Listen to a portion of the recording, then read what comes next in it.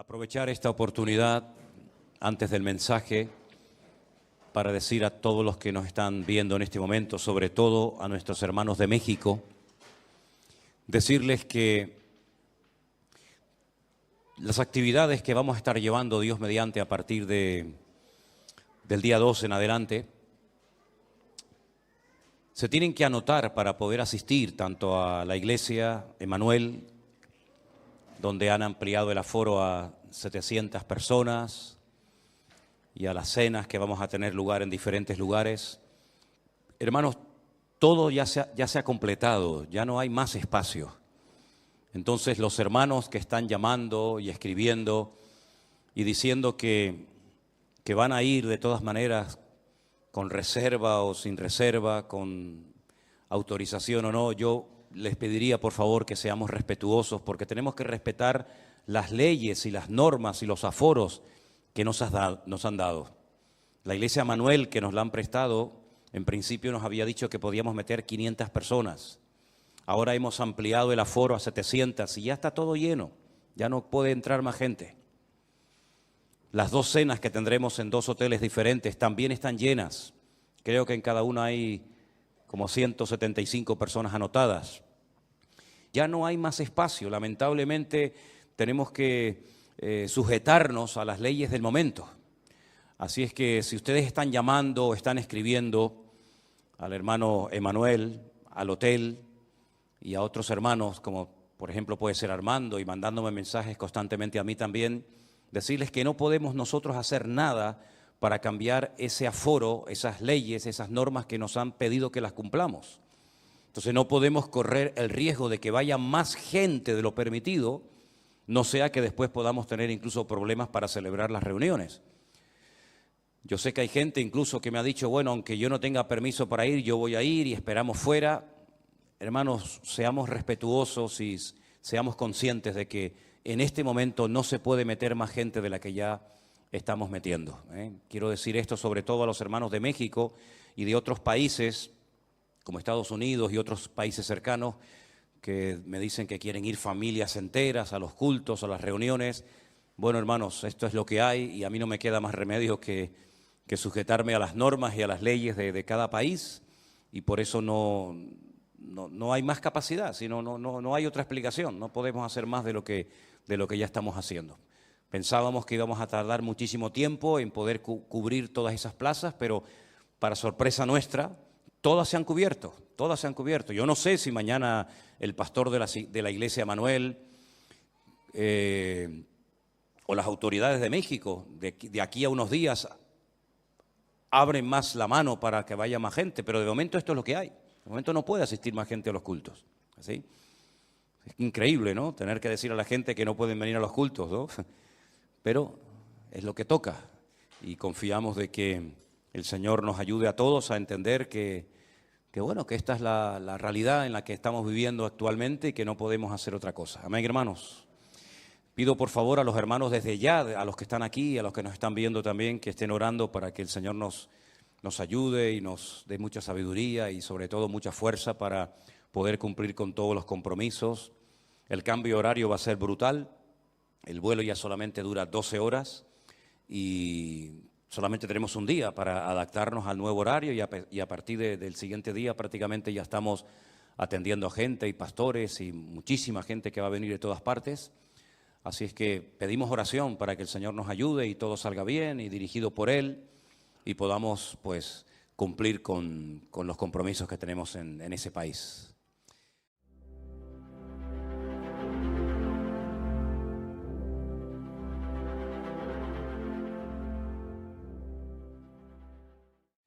Quisiera que en esta tarde hiciéramos una breve oración antes del mensaje que voy a compartir con ustedes, pidiéndole al Señor que nos hable a nuestros corazones y que podamos salir de aquí fortalecidos y renovados en la fe y que el Señor hable a nuestras vidas como nos tiene acostumbrados. Amén, hermanos. Señor, te damos muchas gracias por esta oportunidad, por este privilegio tan hermoso que nos estás dando de poder disfrutar de este tiempo aquí en tu presencia. Oramos para que esta palabra que va a ser compartida sea de bendición, traiga beneficio, traiga renuevo a nuestras vidas y podamos aprender mucho a través de ella. Te damos gracias por esta oportunidad que nos das en esta tarde de poder estar aquí delante de ti, Señor, sabiendo que tú vas a hablar a través de tu palabra como siempre. Te lo pedimos todo en el nombre de Jesús. Amén y amén. Gloria a Dios. Hay un estudio muy bonito y muy interesante que consiste en ver cómo eran las ciudades, en definitiva, el mundo en el cual se movieron los primeros cristianos. Cómo eran los cultos, completamente diferentes a como los hacemos nosotros hoy en día. Hoy en día todo está centrado generalmente en un pastor o en una persona que es más o menos el que administra la iglesia junto con los ancianos, los diáconos, los obreros, ¿verdad? Pero en aquellos tiempos las iglesias no eran como nosotros las vemos, estamos acostumbrados hoy en día. Se hacían muchas reuniones en hogares, no existían templos. No fue hasta el siglo III después de Cristo que comenzaron a utilizarse locales o antiguos templos paganos para celebrar cultos o reuniones. Los cristianos se reunían en cualquier parte, en playas, en montañas, en casas particulares, en plazas. Y en aquellos tiempos, pues no era tan fácil ser cristiano como hoy en día. Si estudiamos, por ejemplo, cómo vivían los griegos, cómo vivían los romanos, cuáles eran sus costumbres, los principios, entre comillas, que tenían, qué religiones practicaban en aquellos tiempos aquella gente, cómo se desplazaban la gente de un país a otro, los medios de comunicación que existían. Es realmente un estudio muy interesante, ¿verdad? Ver cómo a veces se llegaba a un lugar donde prácticamente no había nadie y poco a poco se iba formando un pequeño pueblo, después una ciudad y así sucesivamente. Pero hay una ciudad que yo la llamo la Gomorra, la Sodoma y Gomorra de los tiempos apostólicos o de los tiempos del apóstol Pablo. Y es sin lugar a dudas la ciudad de Corinto. La ciudad de Corinto está aproximadamente a unos 75 kilómetros de Atenas. Y es una ciudad, o era una ciudad muy interesante porque era una ciudad muy comercial. Habían construido un pequeño canal, ¿verdad?, que unía una parte del mar con otra. Y era un lugar frecuentado por muchísimos comerciantes. Y como estos comerciantes eran de diferentes nacionalidades y tenían diferentes costumbres religiosas, pues toda la ciudad de Corinto estaba plagada de templos paganos. Allí se adoraba a todo. La ciudad de Corinto tenía una acrópolis. La palabra acrópolis es ciudad elevada. Era algo muy común en aquella época. Y en ese montículo de aproximadamente unos 600 metros de altura había un templo enorme, que era el templo a la famosa diosa Afrodita, la diosa griega de la sensualidad, de la belleza, del amor, que los romanos la adoraban con el nombre de Venus y los efesios la adoraban con el nombre de Diana o también Artemisa. Y siglos más tarde, la misma imagen, pero con un niño en brazos, se le cambió el nombre y se le puso María. En ese lugar de Corinto, en ese templo concretamente, habían 1000 mujeres que eran prostitutas sagradas, sacerdotisas de Afrodita. Y todas las tardes bajaban de ese templo y se metían por toda la ciudad de Corinto, tratando de captar adeptos, tratando de captar hombres para que se convirtieran en adoradores de Afrodita. Y ellas ofrecían sus servicios sexuales a los hombres de la ciudad de Corinto. Y así, de esa manera, utilizando el sexo como gancho, pues alcanzaban a muchos hombres para que fueran adoradores y seguidores de esta diosa pagana, de Afrodita. Y fue en esa ciudad donde el apóstol Pablo llegó en su segundo viaje misionero. Y curiosamente hay un capítulo, que es el capítulo 18 del libro de los Hechos, donde nos cuenta cómo empezó esta iglesia. Y a mí me gusta mucho de vez en cuando recordar, por ejemplo, cómo empezó esta obra. Cómo empezamos esta iglesia aquí hace 20 años, cómo después de unos años empezamos a trabajar en el puerto de Veracruz y surgió otra iglesia. cómo estuvimos unos años trabajando, por ejemplo, en Bolivia, en Santa Cruz de la Sierra, con docenas y docenas y docenas de niños a los cuales atendíamos cada día dándoles de comer. Cómo después de unos años nos fuimos a Malindi, a Kenia, a África, y allí construimos una casa. Y es muy bueno saber a veces los comienzos de la obra. ¿Quiénes fueron las primeras personas que se convirtieron? ¿Cuáles fueron los primeros problemas que nos encontramos? ¿Cómo surgió la obra? Y Hechos capítulo 18 nos habla acerca de cómo empezó la iglesia de Corinto. Y quisiera que me siguieran en esta tarde la lectura, porque es muy interesante lo que vamos a leer en esta tarde, antes de ir a la primera carta del apóstol Pablo a los Corintios. En Hechos capítulo 18, Lucas, que es el autor de este libro, nos dice lo siguiente. Después de estas cosas, se refiere a la visita, al viaje de Pablo a Atenas, 75 kilómetros de allí. Pablo salió de Atenas y se fue a Corinto. Y halló a un judío llamado Aquila, natural del Ponto, recién venido de Italia con Priscila su mujer, por cuanto Claudio había mandado que todos los judíos saliesen de Roma, y fue a ellos. Y como eran del mismo oficio, se quedó con ellos y trabajaban juntos, pues el oficio de ellos era hacer tiendas.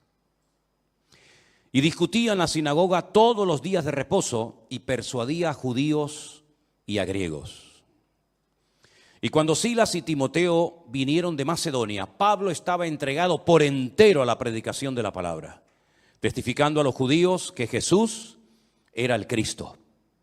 Pero oponiéndose y blasfemando esto, les dijo, sacudiéndose los vestidos, vuestra sangre sea sobre vuestra propia cabeza. Yo limpio desde ahora, me iré a los gentiles. Y saliendo de allí, se fue a la casa de uno llamado Justo, temeroso de Dios, la cual estaba junto a la sinagoga.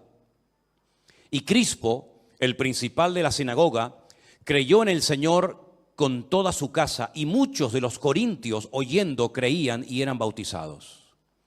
Entonces el Señor dijo a Pablo en visión de noche, no temas, sino habla y no calles, porque yo estoy contigo, y ninguno pondrá sobre ti la mano para hacerte mal, porque yo tengo mucho pueblo en esta ciudad.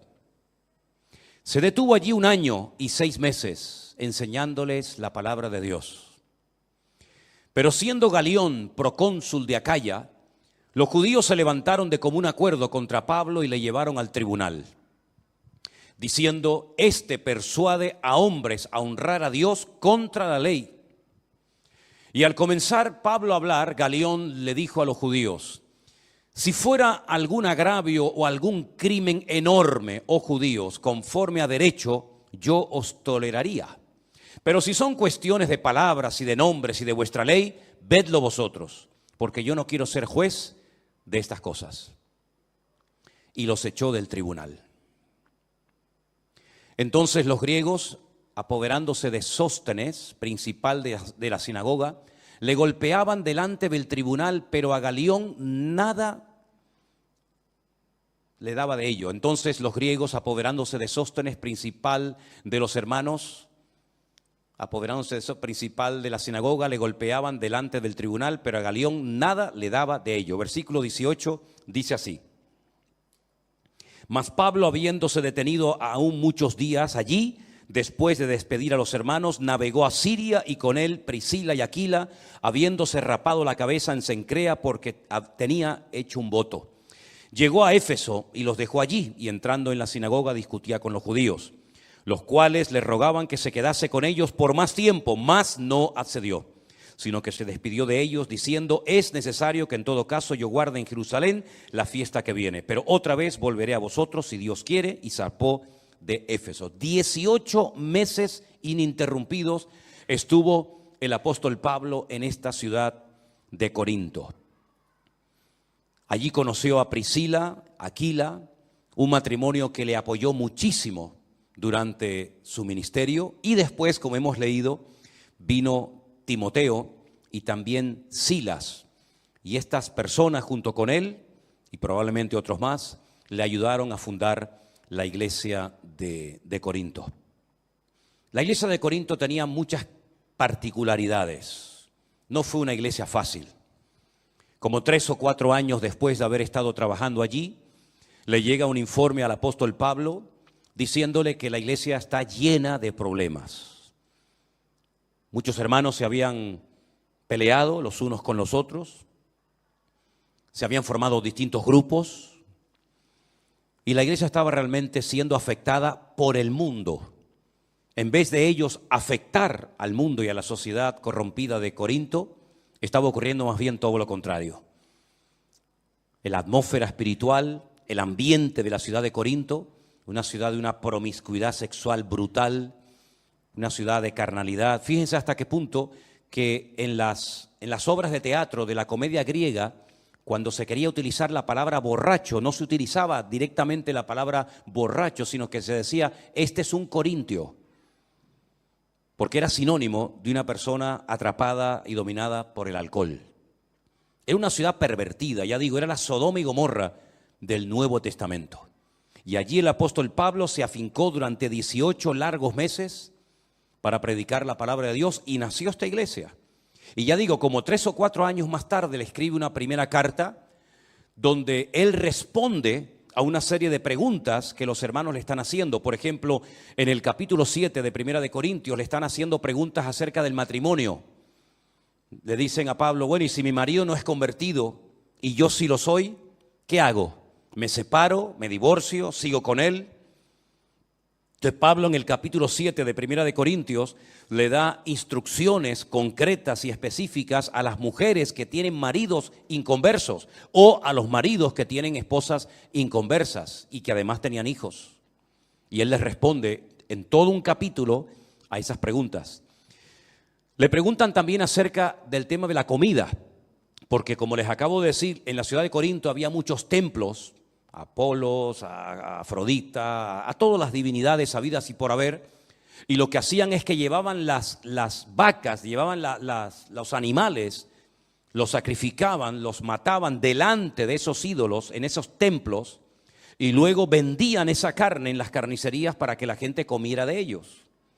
Entonces los cristianos decían, está bien que nosotros comamos carne que ha sido por la mañana sacrificada, por ejemplo, a uno de los tantos ídolos de la ciudad. ¿Podemos comprar esas carnes a esa gente y comer de ella? Entonces Pablo, por ejemplo, en el capítulo 8 de Primera de Corintios les dice lo que tienen que hacer acerca de la carne que previamente había sido sacrificada a los ídolos. También hay muchas preguntas que le hacen al apóstol Pablo acerca de cómo moverse, cómo saber el don espiritual que uno tiene. El apóstol Pablo dedica 2 capítulos muy interesantes, por cierto, el 12 y el 14 de Primera de Corintios para traer luz y para aclarar cuáles son los dones del Espíritu Santo y cómo se tienen que ejercer ordenadamente en la iglesia. Les dije en una ocasión, ¿se acuerdan?, que hay 2 listas en la Biblia acerca de los dones del Espíritu Santo. Romanos capítulo 12 y en Primera de Corintios capítulo 12. Él menciona 9. Y él dice que los dones del Espíritu Santo tienen que ser administrados con orden. Las personas que se levantaban para traer una palabra a la iglesia, tenía que haber un orden. No podían hablar todos al mismo tiempo. Por ejemplo, en el capítulo 14 él habla acerca de cómo ejercer correctamente el don de hablar en otras lenguas con la correspondiente interpretación, porque había un desorden, un caos dentro de la iglesia, hasta el punto que Pablo dice, cualquier inconverso que entre a vuestras congregaciones van a pensar que estáis locos, van a pensar que estáis locos, porque nosotros no nos reunimos para hablar en lenguas, pero si se hablan lenguas en la iglesia, tiene que ser con este orden que él establece en la iglesia de Corinto, ¿verdad? Y si alguien dice, no, es que no puedo evitar hablar en lengua, no puedo evitar hacer esto o aquello, Pablo dice, no. En nuestras iglesias esa no es nuestra costumbre. Eso no es lo que yo enseño ni en Corinto, ni en Tesalónica, ni en Éfeso, ni en Colosas. En nuestras iglesias tiene que imperar y reinar el orden y la paz, no la confusión. Porque todo lo que Dios hace, lo hace en orden, para traer edificación, para traer exhortación, para traer aliento a la iglesia y no para traer confusión y muchísimo menos para crear un mal testimonio en la ciudad. Entonces él establece un orden y dice, y el espíritu de los profetas está sujeto a los profetas, ¿verdad? Hágase todo decentemente y con orden, es la regla que el apóstol Pablo establece allí. Le hacían muchas preguntas también, sobre todo porque los griegos no creían que la gente podía resucitar. Desen cuenta que cuando Pablo viene, por ejemplo, de Atenas, él se va al Areópago, donde estaban las personas que estaban siempre tratando de encontrar alguna enseñanza, alguna filosofía nueva para entretenerse realmente, ¿no? Entonces Pablo aprovecha la oportunidad y va allí y les da un mensaje muy interesante. Dice, pero que cuando llega el tema de la resurrección, le dijeron, bueno, ya te oiremos otro día, como diciendo, hasta aquí hemos llegado. Hasta ahora el mensaje ha sido muy interesante, pero eso de la resurrección, los griegos como que no. Entonces ellos, que la mayoría de ellos eran de origen griego y habían salido del paganismo, de la idolatría, pues tenían muchas preguntas acerca de la resurrección. Y bueno, ¿y la resurrección cómo va a ser? ¿Cómo vamos a resucitar? ¿Con este mismo cuerpo? ¿Con otro cuerpo diferente? ¿Y cuándo será? ¿Y cómo será? Entonces Pablo, todo el capítulo 15 de Primera de Corintios, lo dedica para aclarar dudas acerca del tema de la resurrección. Pero independientemente de las preguntas que le hacen al apóstol Pablo, la iglesia de Corinto tenía fundamentalmente 5 grandes problemas. Vamos a ver en el capítulo 3, por favor, parte de la lectura se ha leído esta tarde. A partir del versículo 3, Pablo dice, aún sois carnales, pues habiendo entre vosotros celos, contiendas y disensiones, ¿no sois carnales y andáis como hombres? Porque diciendo el uno, yo ciertamente soy de Pablo, y el otro, yo soy de Apolos, ¿no sois carnales? ¿Qué pues es Pablo y qué pues es Apolos? Servidores por medio de los cuales habéis creído, y eso según lo que a cada uno concedió el Señor. Pablo no va a tolerar bajo ningún concepto que la iglesia internamente se divida en grupos, unos a favor de unos, otros a favor de otro, en contra de otro, sino que Pablo dice, mira, el Señor a mí me utilizó para sembrar la iglesia en la ciudad. Y después vinieron otros ministerios, como por ejemplo el de Apolos, que vino a regar la semilla que yo había plantado. Pero ni él ni yo somos lo más importante, porque al fin y al cabo el que está dando el crecimiento es el Señor. Y la gloria y la honra no se la damos a los hombres, sino se la damos solamente a nuestro Dios, ¿verdad? Y ese era un problema que había en la iglesia de Corinto, que había grupos. Parecía una sola iglesia, pero realmente eran muchas iglesias dentro de una misma iglesia. Las divisiones internas, Pablo no quería bajo ningún concepto que se produjeran, porque eso lo único que trae es problemas, divisiones y, por supuesto, mal testimonio. Y el Señor no se mueve en el caos. El Señor no se mueve en el desorden. Nuestro Dios es un Dios de orden. Y desde el primer libro de la Biblia hasta el último libro de la Biblia, vemos este principio fundamental de Dios. Dios se mueve en el orden. Todo lo que usted haga que no esté en orden, no esperes que Dios te respalde. No esperes que Dios te bendiga. No esperes que Dios, si me permiten, haga la vista gorda, diciendo, bueno, no pasa nada. No, Dios es un Dios de orden. Lo mostró en Génesis 1 en la creación. Lo mostró en la familia, lo mostró en la construcción del tabernáculo, lo mostró en la organización de las 12 tribus de Israel, lo mostró en la familia, lo mostró absolutamente en todo y por supuesto también en la iglesia. Si nuestras vidas no están en orden, difícilmente estarás con la bendición de Dios, porque Dios no se mueve, repito, en el caos, en el desorden y en las divisiones. Amén, hermanos. Ese era un gran problema que tenía la iglesia de Corinto. Y es un problema que tienen muchas iglesias hoy en día, que están divididas por falta de enseñanza, por falta de madurez, por falta de crecimiento, fijándose en los hombres en vez de fijándose en Dios. Esa es una de las cosas que queremos desde el primer día que pisemos México, cuando Dios nos permita llegar allí, dejar bien claro que la gloria y la honra se la tenemos que dar única y exclusivamente al Señor. Y del hombre yo no espero nada, pero de mi Dios lo espero absolutamente todo. Y hay de aquellos que pongan su mirada en los hombres, porque lo único que se van a llevar son desilusiones. Otro problema que había en la iglesia, que se menciona en el capítulo 5, es incesto. En el capítulo 5, a partir del verso 1, dice: se oye que hay entre vosotros fornicación, y tal fornicación cual ni aún se nombra entre los gentiles, tanto que alguno tiene la mujer de su padre. Esto dice, a pesar de la corrupción y de la promiscuidad sexual de la ciudad de Corinto, esto no era algo que se practicaba en aquel tiempo, que un hijo tuviera relaciones sexuales con la mujer de su padre, con su madrastra. Y este hombre venía a la iglesia y se congregaba como uno más. Y cuando a Pablo le informan de esto, dice: ustedes están envanecidos. ¿No deberíais más bien haberos lamentado para que fuese quitado de medio de vosotros el que cometió tal acción? Ciertamente yo, como ausente en cuerpo, pero presente en espíritu, ya como presente juzgado al que tal cosa ha hecho. En el nombre de nuestro Señor Jesucristo, reuníos vosotros y mi espíritu con el poder del Señor Jesucristo, y el tal sea entregado a Satanás para la destrucción de la carne, a fin de que el espíritu sea salvo en el día del Señor Jesús. Después, en 2 de Corintios, cuando él le vuelve a escribir a la iglesia, este hombre se ve que recapacitó, pidió perdón, se arrepintió, dejó ese pecado, y Pablo dice: bueno, vuelvan a admitirlo en la iglesia, pero lo que no podemos permitir es que esta persona lleve esta vida de desorden, cometiendo un pecado que ni los gentiles ni los del mundo cometen, y se congrega en nuestra iglesia como si nada y participe como uno más, y aquí nadie le llama la atención, sino que bueno, todo el mundo mira para otra parte. El apóstol Pablo se entera y dice: bajo ningún concepto vamos a permitir eso en la iglesia del Señor Jesús, porque en la casa del Señor tiene que reinar el orden y la santidad. ¿Cuántos dicen amén?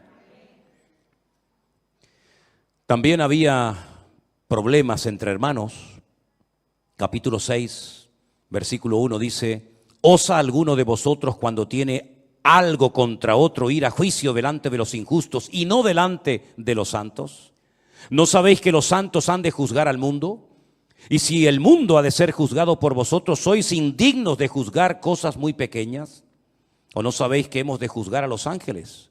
¿Cuánto más las cosas de esta vida? Si pues tenéis juicios sobre cosas de esta vida, ¿ponéis para juzgar a los que son de menor estima en la iglesia? Hermanos que se denunciaban, iban a los tribunales, iban a los jueces, a las autoridades del mundo para arreglar sus problemas, que tenían que haberlo arreglado con la bendición y con la paz del Señor, en oración, con un buen espíritu, con una buena actitud. Se denunciaban los hermanos, y claro, imagínate los del mundo, los de afuera, cuando se enteraban que había problemas entre los hermanos, y se denunciaban los unos a los otros. Y Pablo utiliza el argumento de decir: sí, nosotros los hijos de Dios, que vamos a juzgar a los ángeles, que vamos a juzgar al mundo juntamente con el Señor, resulta que tienen que recurrir a los inconversos para que los inconversos les solucionen los problemas a ustedes como cristianos. ¿Pero qué están haciendo? Ese problema también lo había en la iglesia de Corinto. Pero como muchos habían salido del paganismo, como muchos habían dejado la idolatría, muchas hermanas de la iglesia habían ejercido antaño la prostitución, de ahí que les pida que se cubran y se pongan un velo, porque aquellas 1000 jovencitas, ¿se acuerdan? Aquellas 1000 sacerdotisas del templo de Afrodita, sí, eran prostitutas, pero ¿cómo se diferenciaban estas mujeres de una mujer normal de Corinto, que vestían con unos peinados y con unas ropas tremendas? Pues porque eran calvas, les habían rapado completamente la cabeza. Y cuando tú veías a estas jóvenes por las calles con su pelo rapado, no es que tuvieran una enfermedad que se les caía el pelo, sino que era un voto que habían hecho, ¿verdad?, de raparse el pelo para dedicar sus cuerpos por entero a la prostitución sagrada, dándole culto a Afrodita, ¿verdad? Y entonces muchos de los hombres de la iglesia habían estado con esas mujeres, y esas mujeres ahora eran convertidas, y esos hombres ahora eran convertidos y se encontraban en los cultos y se encontraban en la iglesia. Imagínense ustedes. Porque en Corinto no había 50 iglesias, como puede haber a lo mejor en cualquier ciudad, que hay una iglesia aquí, una iglesia más allá, una bautista, una pentecostal, una anglicana, ¿verdad? Sino que había una sola iglesia. Y el que se convertía a Cristo tenía que ir a un solo lugar. No había un montón de iglesias, había una sola iglesia en toda la ciudad. Y ahí se encontraban, pues, prostitutas o ex prostitutas con los antiguos clientes que habían tenido. Y entonces había que poner orden dentro de la iglesia y enseñarles a los miembros a vivir esa vida nueva que ahora tenían en Cristo. Y verse los unos a los otros, no como un cliente ni como un objeto, sino como hermanos en Cristo. Y en el capítulo 5 Pablo dice: os he escrito por carta, verso 9, que no juntéis con los fornicarios. No absolutamente con los fornicarios de este mundo, con los avaros o con los ladrones o con los idólatras, pues en tal caso os sería necesario salir del mundo.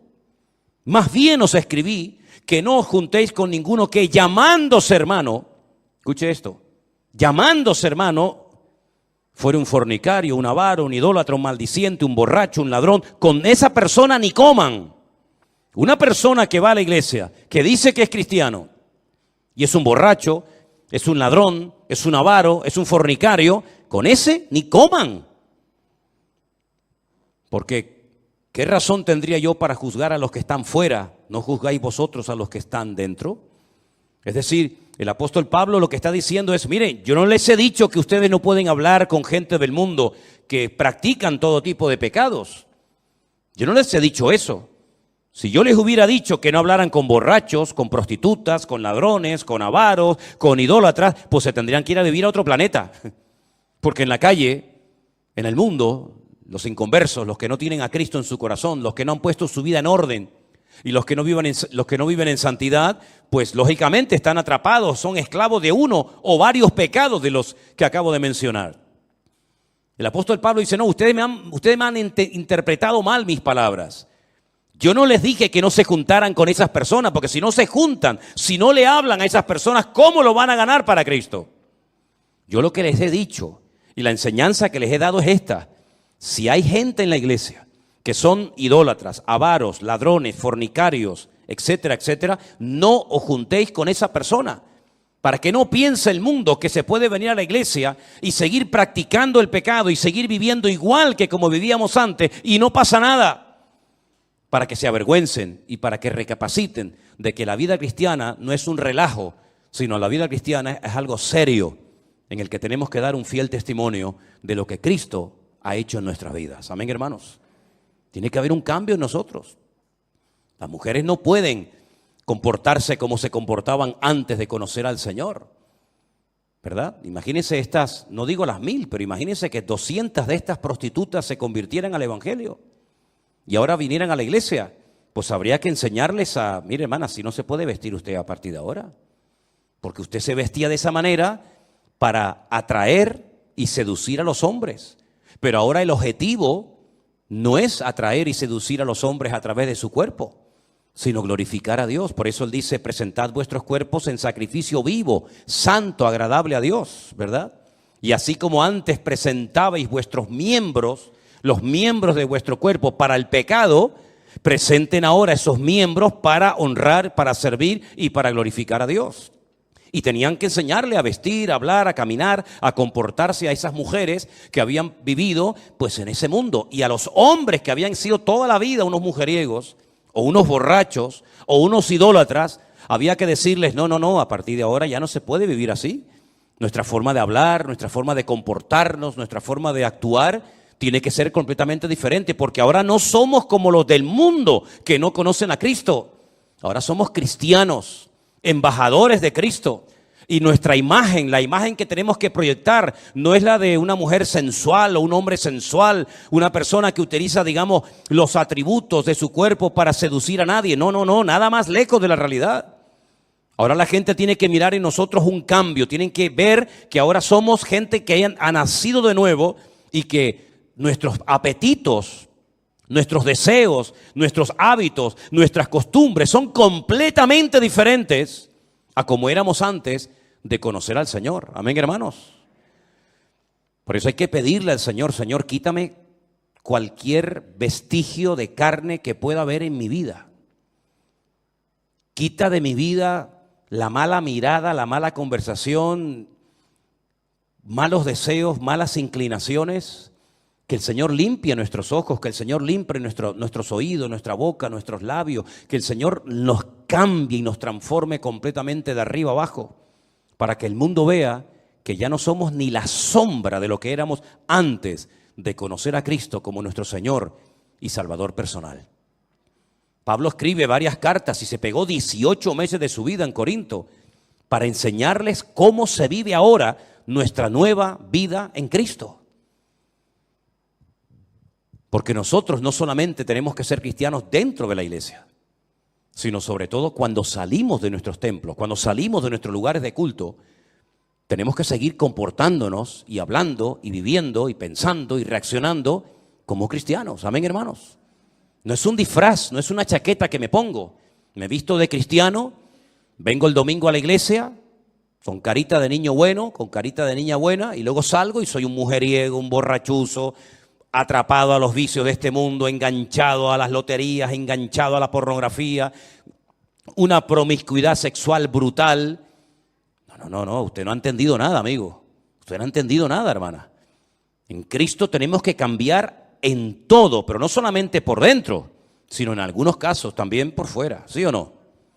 Y eso es lo que al mundo le va a sorprender si, oye, este hombre, esta mujer habla, se comporta de una forma diferente cuando esta persona yo lo conozco de toda la vida y fue así, pero ahora es otra persona y gloria a Dios si comienzan a decir las personas que te conocían, oye, no te conozco, no eres ni la sombra de lo que eras. Y entonces le vas a decir, el motivo por el que soy otra persona es porque Cristo vive en mí, porque Él ha cambiado mi vida y ahora mi vida está para darle honra y gloria al Señor y no para atraer la atención hacia mi persona.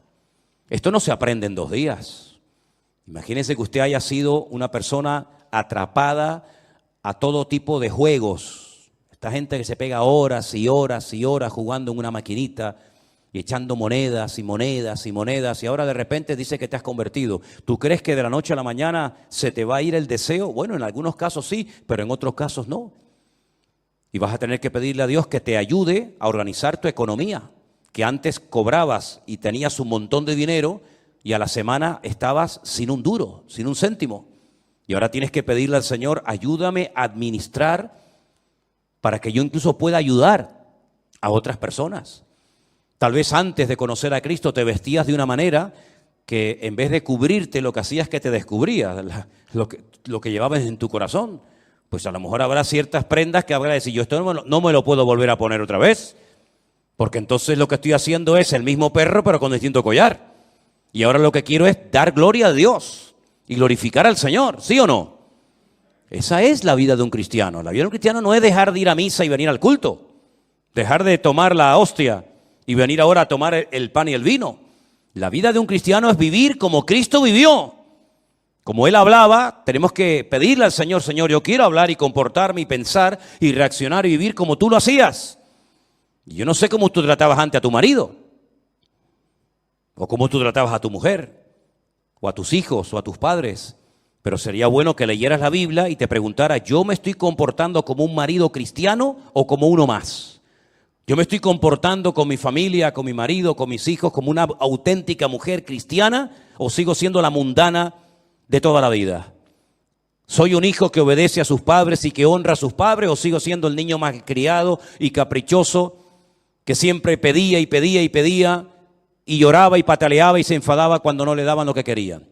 Si todas las áreas de nuestra vida, todo, absolutamente todo, tiene que ser cambiado por el Señor. Pero para cambiar, uno tiene que querer cambiar.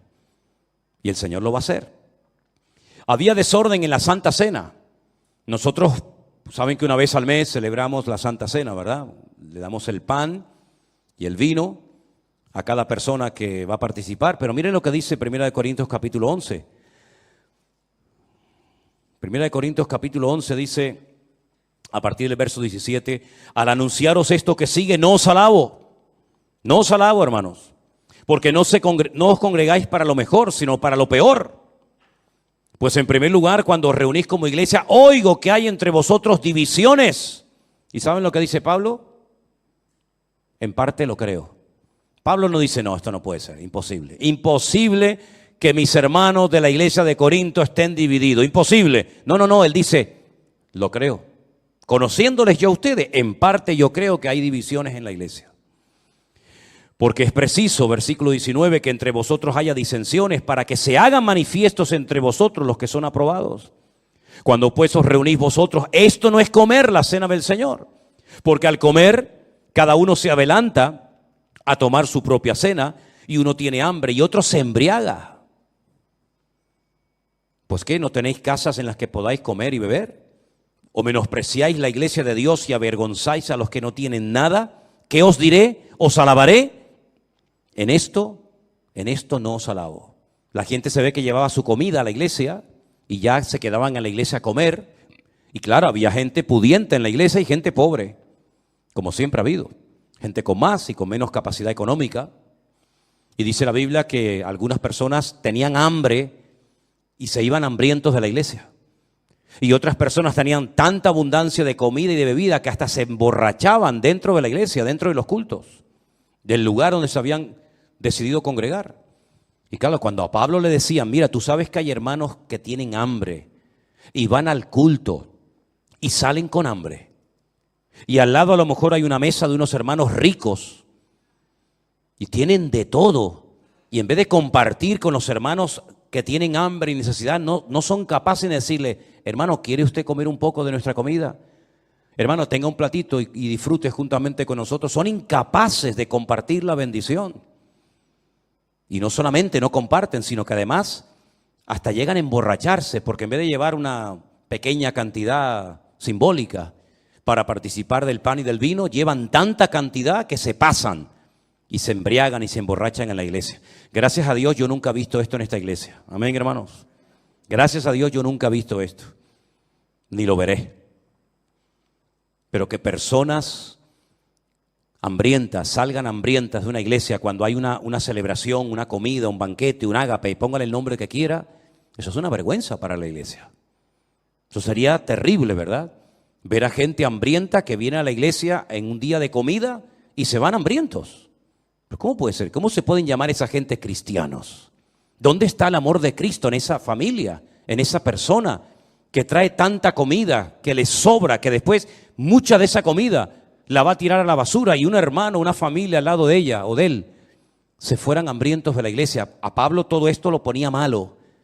A Pablo todo esto le traía dolor en el corazón y Pablo llegó a decir, por ustedes tengo tanto dolor, que se comparó a una mujer que está a punto de dar a luz. Fíjense los dolores que tenía Pablo por esta gente.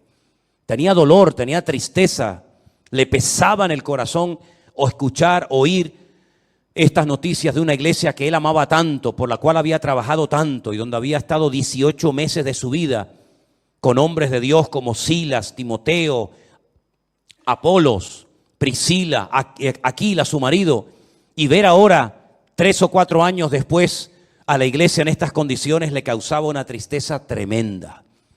Porque la iglesia tiene que ir cada vez a mejor. Cada vez tenemos que estar más firmes, más maduros, más constantes, más fieles al Señor. Cada vez tenemos que tener las doctrinas más claras en nuestra vida. No ser niños fluctuantes que ahora sí, ahora no, ahora creo, ahora no creo. El apóstol Pablo luchó y derramó lágrimas para que en esta iglesia se estableciera una congregación de sana doctrina, una iglesia unida, una iglesia que pudiera contrarrestar toda la basura espiritual y el ambiente y la atmósfera terrible que había en Corinto. Y lamentablemente vemos que el ambiente de la ciudad se metió dentro de la iglesia hasta el punto que dentro de la iglesia se cometían casi los mismos pecados que se cometían en los templos paganos de la ciudad de Corinto. ¿Y cómo no le iba a doler a Pablo eso? Imagínense ustedes si el Señor Jesucristo hubiera entrado un día en un culto normal de la iglesia de Corinto.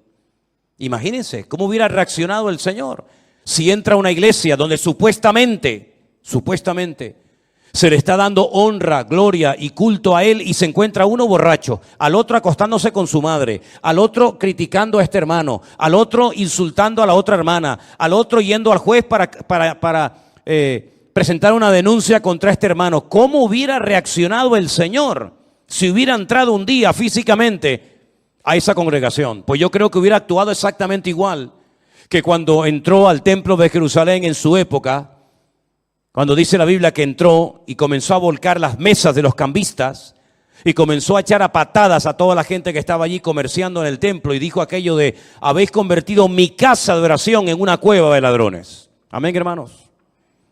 No me extraña que la gente fuera al estanque de Betesda, que está muy cerca, ¿saben? Los que han estado allí conmigo saben que el templo y el estanque de Betesda está muy cerquita, muy cerquita.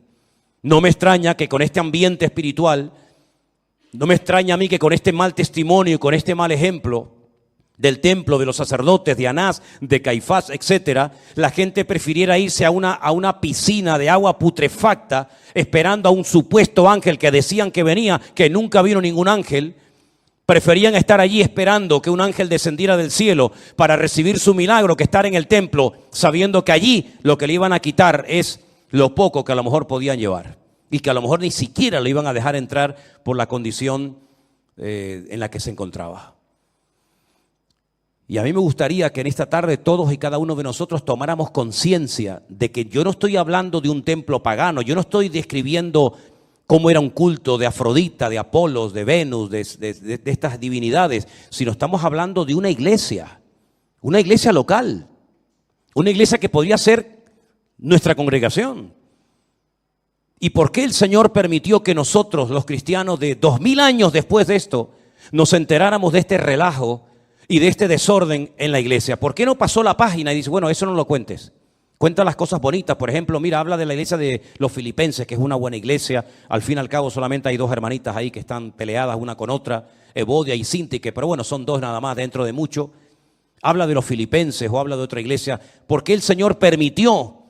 ¿Por qué el Señor inspiró con su Espíritu Santo al apóstol Pablo para que escribiera esta carta y nos contara todos los desórdenes, el pecado, la basura, las divisiones, el incesto que había en esa congregación, para que nosotros tengamos ejemplos a no imitar y para que sepamos que si bajamos la guardia podemos llegar a vivir un cristianismo tan carnal como el que ellos vivieron? Porque esta iglesia empezó muy bien, esta iglesia no empezó mal, esta iglesia empezó muy bien. Y cuando el apóstol Pablo, si quieren venir conmigo al capítulo 1, les dirige la primera carta, miren lo que les dice: Pablo, llamado a ser apóstol de Jesucristo por la voluntad de Dios, y el hermano Sóstenes. Es interesante notar que Sóstenes y un hermano llamado Crispo eran los líderes de la sinagoga de Corinto, que se convirtieron juntamente con el Señor y se hicieron miembros de la iglesia de Corinto. Y ahora le escriben una carta a la iglesia y le dice: a la iglesia de Dios que está en Corinto. Y ahora mira lo que dice Pablo: a los santificados en Cristo Jesús, es decir, a los que han sido llamados, a los que han sido llamados aparte. Eso es lo que significa ser santos o santificados, ser llamados aparte, sacarlos en este caso de la idolatría, del paganismo, de toda esa basura. Ustedes han sido llamados para ser santos en Cristo Jesús, llamados para ser santos junto con todos los que en cualquier lugar invocan el nombre de nuestro Señor Jesucristo, Señor de ellos y nuestro. Nosotros también, hoy en día, hemos sido llamados a ser santos, a marcar una diferencia, a ser gente que marca una diferencia aquí en la isla donde vivimos o en el país donde usted me está viendo y escuchando en esta noche. No puede pasar nuestra vida desapercibida ni decir: bueno, ¿este cristiano de qué? ¿De qué es cristiano este hombre? Esta señora dice que es cristiana, pero ¿cristiana de qué? Nosotros hemos sido llamados a marcar una diferencia como los de Corinto. Fueron llamados, fueron sacados de la idolatría, de los templos del paganismo, para que fueran santos y sirvieran al Señor. Ese es el llamado de ellos y el nuestro también, hermanos. Gracias doy a mi Dios siempre por vosotros, por la gracia de Dios que fue dada en Cristo Jesús. Porque en todas las cosas fuisteis enriquecidos en Él, en toda palabra y en toda ciencia o conocimiento. Es decir, Pablo no dice: bueno, es que yo no le puedo dar gracias al Señor por esta iglesia porque empezaron mal, sin conocimiento, sin la gracia de Dios, sin el favor de Dios. No, al contrario. Dice: yo le doy gracias a mi Señor de que la gracia, el favor de Dios, el respaldo de Dios, el conocimiento del Señor, ustedes lo experimentaron. De tal manera, fíjate lo que dice Pablo aquí, esto es tremendo. Verso 7, de tal manera que nada os falta en ningún don. ¿Cuántos dicen amén? No es que la iglesia estuviera mal porque le faltaba algo. No, a ustedes no les falta de nada. A ustedes no les falta absolutamente de nada. Nada os falta en ningún don, esperando la manifestación de nuestro Señor Jesucristo, el cual también nos confirmará hasta el fin, para que seáis irreprensibles en el día de nuestro Señor Jesucristo, y fiel es Dios, por el cual fuisteis llamados a la comunión con su Hijo Jesucristo nuestro Señor. Es decir, una iglesia que empieza bien, con un buen pastor, con unos buenos obreros, con una sana doctrina, una enseñanza excelente, en medio de un ambiente terrible como ya lo he definido. Empezó bien la iglesia de Corinto. Yo estoy seguro que durante esos 18 primeros meses de vida de la iglesia de Corinto, la iglesia funcionó perfectamente. Estoy plenamente convencido, porque de hecho les recuerdo que esta carta se escribió 3 o tal vez 4 años después de su fundación. Es decir, que durante los primeros años, los primeros 3 años como mínimo, digamos que la iglesia anduvo bien, pero comenzó a meterse el mundo, comenzó a meterse la carnalidad en la iglesia. Y mira cómo Pablo tiene que dirigirse a ellos. Les dice: niños en Cristo, carnales, que todavía se les tiene que dar leche como si fueran niños pequeños, en vez de vianda, ¿verdad? Alimento sólido, porque no erais ni sois capaces todavía, sois carnales, llenos de celos, de contiendas, de disensiones, de envidias. Fíjate lo bonito, lo bien que empezó la iglesia y cómo se estaba torciendo, hasta llegar a ser un templo más, donde todo valía y donde nadie tomaba autoridad y decía: basta, hasta aquí hemos llegado. El motivo principal por el cual tenemos Primera y Segunda de Corintios en nuestras Biblias, hermanos, es para que tomemos conciencia de que no podemos bajar la guardia en ningún momento, y menos en estos tiempos en los cuales nos ha tocado vivir. Porque antes había una ciudad terrible como era Sodoma y Gomorra, pero ya no existe. Y durante la época de Pablo hubo una especie de Sodoma y Gomorra en lo natural y en lo espiritual que se llamó Corinto, pero ya no existe. Pero hoy en día la mayoría del mundo es una inmensa Sodoma y una gigantesca Gomorra, donde ya el cristianismo, ¿verdad?, no cuenta nada, y a Dios se le ha cerrado las puertas y no se le invita a ninguna reunión importante de la índole que sea. Pero todavía estamos plantados, todavía estamos los cristianos en el planeta Tierra, aún no hemos sido sacados, como algún día seremos sacados. Todavía el Señor nos tiene aquí, paseando por calles, por ciudades, pueblos grandes, pueblos pequeños, en todos los continentes de la tierra, en lugares de mucha población, de poca población, en lugares de gente pudiente, rica, influyente, de gente que prácticamente nadie sabe ni que existen. Todavía estamos nosotros los cristianos en este mundo. Y la función a la cual el Señor nos ha llamado es hacer sal, es decir, una protección. Porque la sal se utilizaba para impedir el proceso de descomposición de los alimentos, del pescado, de la carne. ¿Cómo se podía viajar por el desierto? ¿Cómo se podían viajar esos viajes tan largos en barcos de vela durante semanas, meses enteros? Si no se salaban las carnes, los pescados, se llevaba a pudrir la comida. ¿Y después qué comían? Entonces la sal era algo fundamental, hasta el punto que de ahí viene hasta la palabra salario. Se le pagaba con sal a los obreros en algunas ocasiones, porque la sal era un elemento fundamental, era como el hielo, como un congelador hoy en día que, ya digo, evitaba el proceso de descomposición de los alimentos. Y el Señor dice: ahora ustedes son la sal del mundo, la sal de la tierra. Es decir, este mundo podría estar millones de veces peor de lo que está, con más pecado, con más inmoralidad, con más desorden, si ustedes no estuvieran en la tierra. Es decir, que gracias a la presencia, a la influencia de los cristianos, el mundo no ha ido al caos, como va a ir al caos cuando ya no estemos en esta tierra. Y después dice el Señor: y además no solamente ustedes tienen que ser sal, es decir, impedir que en los colegios, en las universidades, en las iglesias, en la sociedad, se produzca una anarquía total y absoluta, sino que además de eso, por si eso fuera poco, ustedes tienen que iluminar, ustedes tienen que ser luz en medio de las tinieblas. Y estamos viendo cómo fiestas paganas se han convertido en un juego, en un entretenimiento para los niños, en un comercio, en un motivo más para sacarle el dinero a la gente de los bolsillos, sin darse cuenta, sin pensar qué es lo que estamos celebrando, de qué nos estamos disfrazando, de dónde viene esta práctica pagana, como estas fiestas que están en estos últimos días campando a sus anchas. Es decir, tenemos que tomar conciencia del motivo principal por el cual todavía el Señor no nos ha sacado del planeta Tierra. Que repito, que algún día nos sacará, pero que todavía tenemos un propósito y un objetivo que cumplir. No permitamos que el mundo se meta en nuestras casas. No permitamos que el mundo se meta en nuestros hogares a través del ordenador, a través de la televisión. Porque ya el diablo no tiene ni siquiera que tocar la puerta, ya se mete sin pedir permiso. No permitamos que la corriente de este mundo nos atrape y seamos uno más, pasando totalmente desapercibido, sin marcar una diferencia y sin decir, no, alto, no, yo no estoy de acuerdo con eso. No. La Biblia dice, no, Dios no está de acuerdo.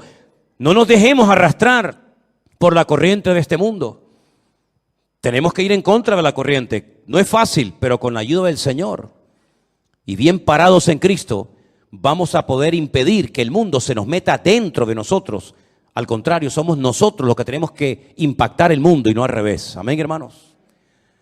Yo quiero terminar diciendo esto. La iglesia de Corinto empezó bien, pero terminó mal. Prueba de ello, que ya en Corinto no hay nada. Corinto ya es algo completamente diferente a lo que fue hace 2000 años. Si tú empezaste bien, si tú tuviste un encuentro, una experiencia personal con Cristo hace 1 año, 2 años, 5, 20, 30, lo que sea, gloria a Dios. Pero no te desvíes, ni te enfríes, ni te apartes del Señor, ni bajes la guardia, ni te creas sabio en tu propia opinión. Porque quiero terminar diciendo que cuando el apóstol Pablo fue a la iglesia, a la ciudad de Corinto, él venía de un fracaso ministerial. Y he dicho bien, sí, de un fracaso ministerial. Él en Atenas no fundó iglesia. Es el único lugar donde Pablo estuvo y no fundó una iglesia. En todo lugar donde iba, habría una iglesia. Y ahí se permanecía, menos en Atenas. Cuando Pablo llega a Corinto, él cambia su sistema. Él no va a utilizar la elocuencia, la sabiduría humana, sino él va a predicar solamente un mensaje de Cristo crucificado y resucitado, para que no pongan su fe en lo que yo predico, sino en el poder de Dios, que es el que cambia y transforma las vidas. Y fue en Corinto donde tomó la decisión de dejar ya de predicarle siempre a los judíos en la sinagoga y dedicarse 100% prácticamente a alcanzar a gentiles para el Señor. Es decir, hay cambios que se produjeron en el ministerio, en la vida del apóstol Pablo, en base a las circunstancias por las cuales estaba viviendo. Y hay cambios que se tienen que producir en nuestras vidas. Tú no puedes vivir el mismo cristianismo hoy que vivíamos el cristianismo hace 30 años, porque la vida ha cambiado, los sistemas de comunicación, todo en la vida ha cambiado. De hecho, el mundo es diferente desde el año pasado. Y tenemos que renovarnos y pedirle al Señor que no nos estanquemos. Bueno, mi vida, tu cristianismo no puede ser, bueno, vengo a la iglesia el domingo, digo amén y me voy. Si tu cristianismo es así de pobre, así de mediocre, cuando aparezcan en el horizonte las cosas que van a ocurrir en breve, yo no sé si tú podrás aguantar, mi hijo. Yo no sé si tú tendrás la capacidad para decir no en medio de lo que se avecina. Por eso es tiempo de renovarnos, de buscar a Dios, de tomar cambios radicales en nuestra vida. Porque con lo que hemos vivido hasta el día de hoy, hasta aquí hemos llegado, pero necesitamos más y más del Señor para poder vivir en victoria. ¿Cuántos dicen amén? Cierra tus ojos ahí donde estás, vamos a orar. Piensa en esto que has oído esta tarde, hermano. Piensa en esto. La iglesia de Corinto empezó muy bien. Lamentablemente, se torció, bajó la guardia, se dejó influenciar, manipular por el mundo y algunos de sus miembros terminaron viviendo igual que los mundanos. Triste, pero esa es la realidad. Incluso llegaron a hacer cosas que ni los mundanos hacían, porque se confiaron demasiado en sí mismos. Y nuestra confianza no está en nuestra experiencia, ni en nuestra edad. Nuestra confianza está en Dios. Y cada día empezamos de cero. Y no dependemos de nosotros mismos, sino dependemos de la gracia y del favor de Dios. Que el Señor nos ayude a mantenernos firmes en medio de la tormenta y marcar una diferencia y no dejarnos moldear por el mundo, sino moldear el mundo y cambiarlo para Cristo, como siempre ha sido la voluntad de Dios. Señor, gracias te damos en esta tarde por tu preciosa y bendita palabra.